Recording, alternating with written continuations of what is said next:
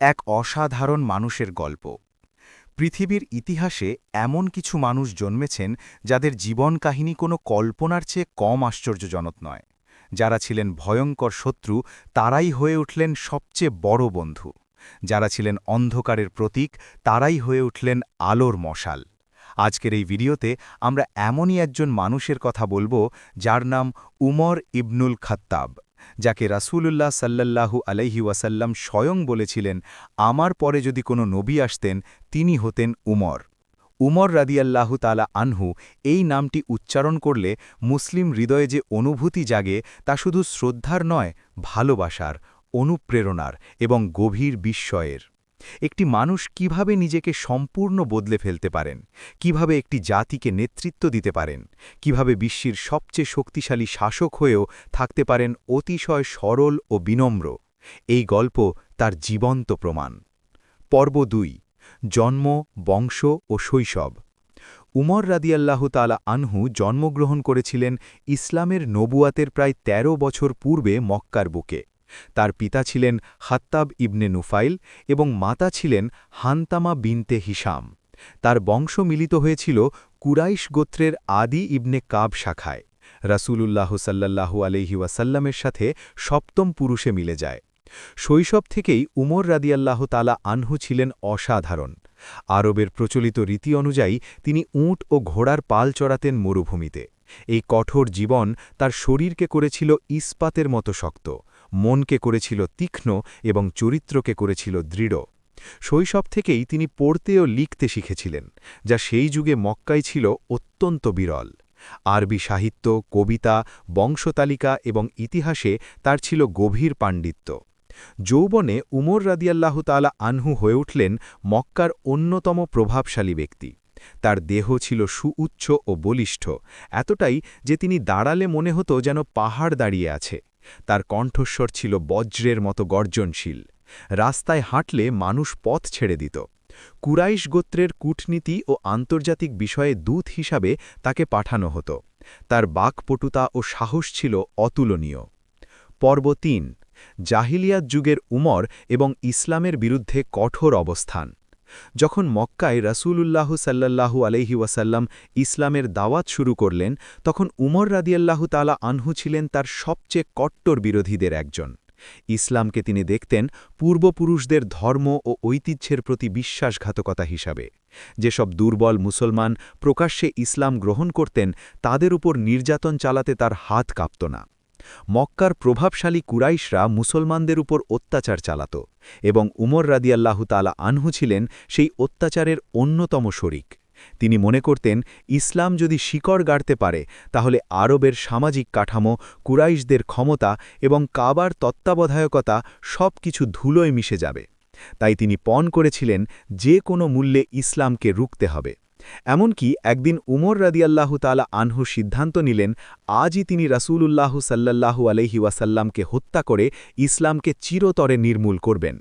তলোয়ার কোষমুক্ত করে বেরিয়ে পড়লেন রাস্তায়।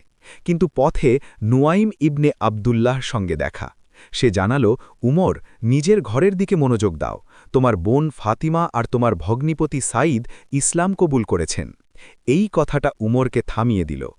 উমর ক্রোধে উত্তেজিত হয়ে সোজা চলে গেলেন বোনের বাড়িতে। দরজার কাছে পৌঁছতেই তিনি শুনলেন একটি সুরেলা পাঠ। পবিত্র কুরআনের সূরা তাহার আয়াত তিলাওয়াত হচ্ছে। সেই সুর তার বুকের ভিতর কোথায় যেন আঘাত করল, কিন্তু তিনি বাধা দিলেন না, দরজা ঠেলে ঢুকলেন। ভিতরে তার বোন হাতিমা আর ভগ্নিপতি সাঈদ ইবনে জাইদ বসেছিলেন। সাহাবী খাব্বাব রাদিয়াল্লাহু তাআলা আনহু তাদের কুরআন শিক্ষা দিচ্ছিলেন। উমরকে দেখে খাব্বাব রাদিয়াল্লাহু তাআলা আনহু লুকিয়ে পড়লেন। উমর রাদিয়াল্লাহু তাআলা আনহু সাঈদকে ধরে মারতে লাগলেন। বোন ফাতিমা ভাইকে থামাতে এলে তিনি বোনকেও আঘাত করলেন। তার মাথা থেকে রক্ত ঝরল। তবুও সেই রক্তাক্ত ফাতিমা দৃঢ় কণ্ঠে বললেন, উমর, তুমি যা খুশি করো, কিন্তু আমাদের বুকের ভিতর থেকে এই সত্যকে বের করতে পারবে না। উমর হঠাৎ থেমে গেলেন। তার ভিতরে কি যেন নড়ে উঠল। তিনি বললেন, কি পড়ছিলে দেখাও। ফাতিমা পাতাটা দিলেন।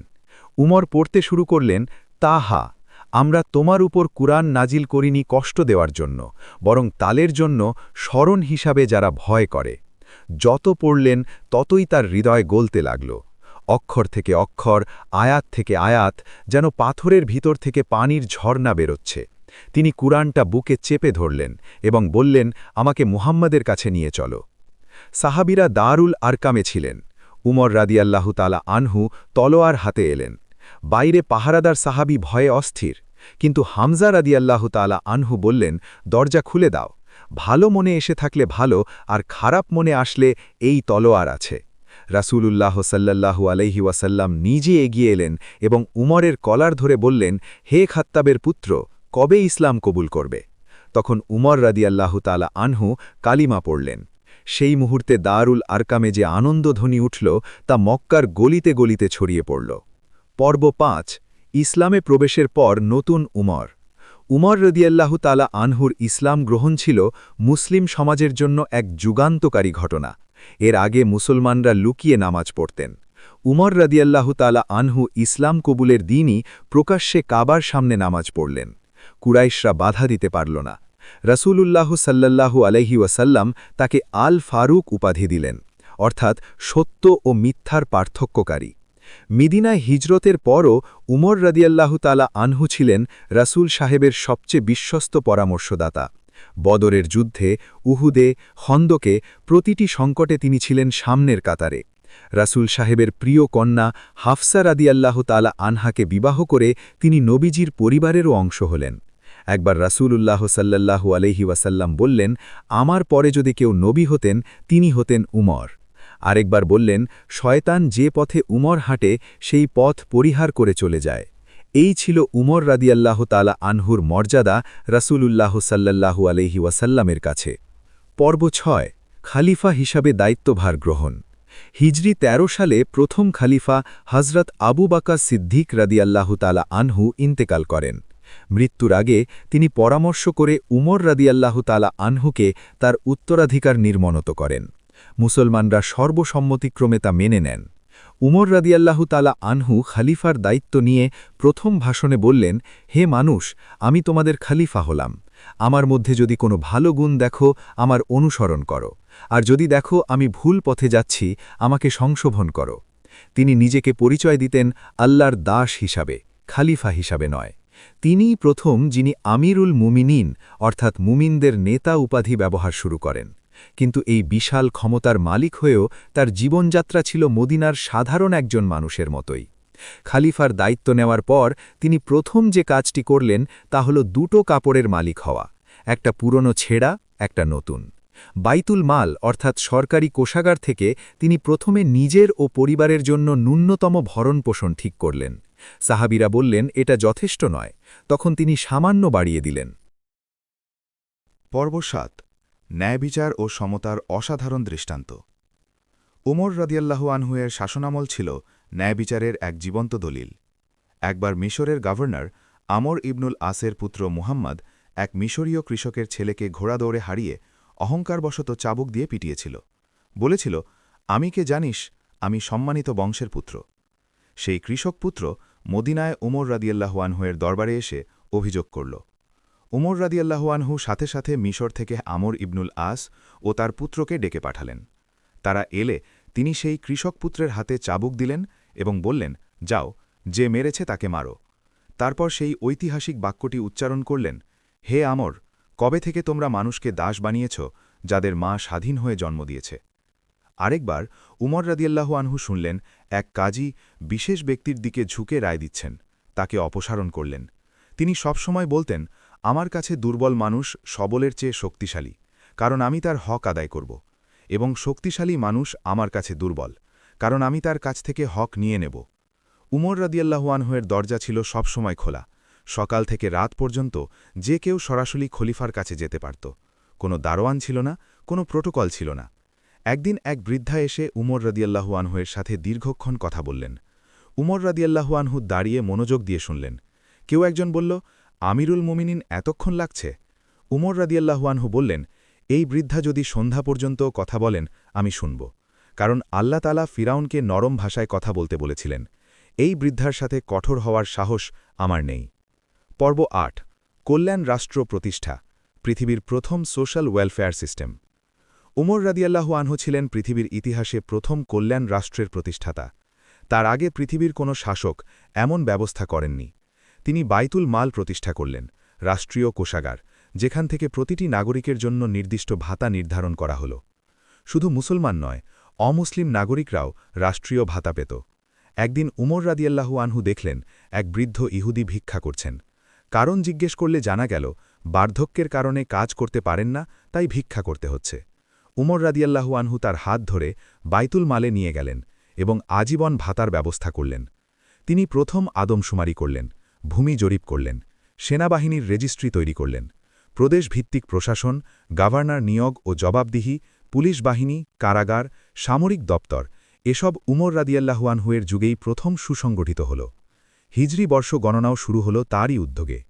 তার গভর্নরদের জন্য ছিল কঠোর নির্দেশিকা: ঘোড়ায় চড়া যাবে না, নরম খাবার খাওয়া যাবে না, দরজায় পর্দা ঝোলানো যাবে না, দরবারে প্রবেশে বাধা দেওয়া যাবে না। প্রতি হজ মৌসুমে উমর রাদিয়াল্লাহু আনহু সব গভর্নরকে ডেকে আনতেন, জনগণকে সুযোগ দিতেন অভিযোগ করার। পর্ব ৯: মহান বিজয় ও ইসলামী সাম্রাজ্যের বিস্তার। উমর রাদিয়াল্লাহু আনহুয়ের খিলাফত কাল ছিল মাত্র ১০ বছর, হিজরি ১৩ থেকে ২৩ সাল। কিন্তু এই ১০ বছরে ইসলামী সাম্রাজ্যের যে বিস্তার ঘটল তা ইতিহাসে অতুলনীয়। পারস্যের বিশাল সাসানিদ সাম্রাজ্য ধুলোয় মিশে গেল। বাইজেন্টাইন সাম্রাজ্যের হাত থেকে সিরিয়া, ফিলিস্তিন ও মিশর মুক্ত হল। ইরাক, আজারবাইজান থেকে শুরু করে লিবিয়া পর্যন্ত ইসলামের পতাকা উঠতে লাগল। কিন্তু এত বড় সামরিক বিজয়ের চেয়েও বড় ছিল তার বিজয়ের পদ্ধতি। বাইতুল মকদিস বা জেরুজালেম বিজয়ের সময় খ্রিস্টান পেটিয়ার্ক সফ্রোনিয়াস শর্ত দিলেন শুধুমাত্র খলিফার সাথেই তিনি চুক্তি করবেন। উমর রাদিয়াল্লাহু আনহু নিজে মদিনা থেকে জেরুজালেম রওনা হলেন। সেই যাত্রার দৃশ্যটি ইতিহাসের পাতায় চিরকাল স্বর্ণাক্ষরে লেখা থাকবে। বিশ্বের সবচেয়ে ক্ষমতাবান শাসক মাত্র একজন ভৃত্যকে সাথে নিয়ে রওনা হলেন। পথে একটি উট ছিল, আর ছিল একটি পানির পাত্র। উট ও ভৃত্যের পিঠে পালা করে চড়লেন, কখনো তিনি উটে, কখনো ভৃত্য। জেরুজালেমের কাছে পৌঁছাতে পৌঁছাতে সেদিন ছিল ভৃত্যের পালা উটে চড়ার। উমর রাদিয়াল্লাহু আনহু নিজে পায়ে হাঁটছিলেন, পা ভিজে কাদা মাখামাখি। সাহাগীরা বললেন, আমিরুল মুমিনিন, আপনি উটে উঠুন, শহরে প্রবেশ করতে হবে। উমর রাদিয়াল্লাহু আনহু বললেন, ভৃত্যের সাথে অন্যায় করা আমার পক্ষে সম্ভব নয়। এভাবেই তিনি জেরুজালেমে প্রবেশ করলেন। পেটিয়ার্ক সফ্রোনিয়াস উমর রাদিয়াল্লাহু আনহুকে চার্চে নামাজ পড়ার আমন্ত্রণ দিলেন। উমর রাদিয়াল্লাহু আনহু অস্বীকার করলেন এবং বাইরে নামাজ পড়লেন। কারণ হিসাবে বললেন, আমি যদি চার্চে নামাজ পড়ি, পরবর্তী মুসলমানরা হয়তো এটাকে মসজিদে পরিণত করতে চাইবে। এটা তোমাদের পবিত্র স্থান, এটা তোমাদের থাকা উচিত। সেই চার্চ আজও বিদ্যমান। জেরুজালেমের চুক্তিতে তিনি নিশ্চিত করলেন, কারো জীবন ও সম্পদ নিরাপদ, চার্চগুলো ধ্বংস করা হবে না, কাউকে ধর্মত্যাগে বাধ্য করা হবে না। এমনকি যে ইহুদিদের রোমানরা শত শত বছর ধরে জেরুজালেমে প্রবেশ নিষিদ্ধ করেছিল, উমর রাদিয়াল্লাহু আনহু তাদের ফিরে আসার অধিকার দিলেন। পর্ব ১০: ব্যক্তিগত জীবন, বিশাল ক্ষমতা, অসীম সরলতা। ইতিহাসের সবচেয়ে বিস্ময়কর বৈপরীত্য ছিল উমর রাদিয়াল্লাহু আনহুয়ের জীবনে।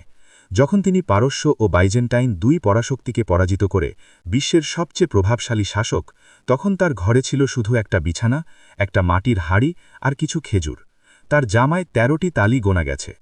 এক রাতে টহল দিতে গিয়ে উমর রাদিয়াল্লাহু আনহু দেখলেন এক কুঁড়ে ঘরে শিশুরা কাঁদছে, মা পাত্রে কি যেন জাল দিচ্ছেন। কাছে গিয়ে জিজ্ঞেস করলেন, কি রান্না করছেন? মা বললেন, পানি জাল দিচ্ছি যাতে বাচ্চারা মনে করে রান্না হচ্ছে এবং ঘুমিয়ে পড়ে। ঘরে খাবার নেই। উমর রাদিয়াল্লাহু আনহু কিছু না বলে চলে গেলেন।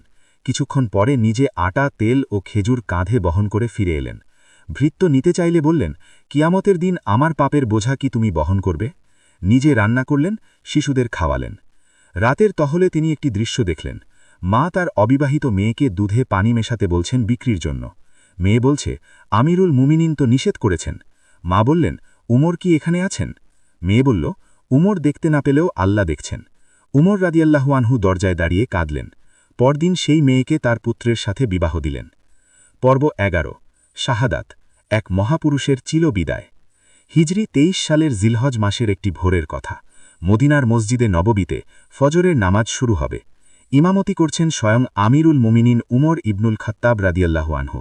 কাতারবদ্ধ মুসল্লি, তাকবীর উচ্চারিত হল। হঠাৎ আবু লুলুয়া ফিরোজ নামের এক অগ্নি উপাসক পারসিক গোলাম দুদিকে ধারযুক্ত বিষাক্ত ছুরি নিয়ে ঝাঁপিয়ে পড়ল উমর রাদিয়াল্লাহু আনহুয়ের ওপর। একের পর এক ছুরিকাত করতে থাকল। উমর রাদিয়াল্লাহু আনহু লুটিয়ে পড়লেন। পাশে যারা ছিলেন তারাও আহত হলেন। আব্দুর রহমান ইবনুল আফ রাদিয়াল্লাহু আনহু উমর রাদিয়াল্লাহু আনহুকে সামলালেন এবং নামাজ শেষ করলেন। মৃত্যুসজ্জায় শুয়ে উমর রাদিয়াল্লাহু আনহু বললেন, আলহামদুলিল্লাহ, যদি আল্লাহর পথে এই মৃত্যু হয় তাহলে কোনো আক্ষেপ নেই।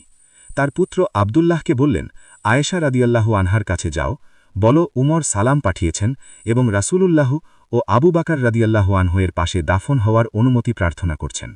আয়েশা রাদিয়াল্লাহু আনহা অনুমতি দিলেন। সংবাদ ফিরে এলে উমর রাদিয়াল্লাহু আনহু বললেন, আলহামদুলিল্লাহ, এই একটি জিনিসের জন্য আমি সবচেয়ে বেশি উদ্বিগ্ন ছিলাম। হিজরি ২৩ সালের ২৬শে জিলহজ তারিখে তিনি ইন্তেকাল করলেন।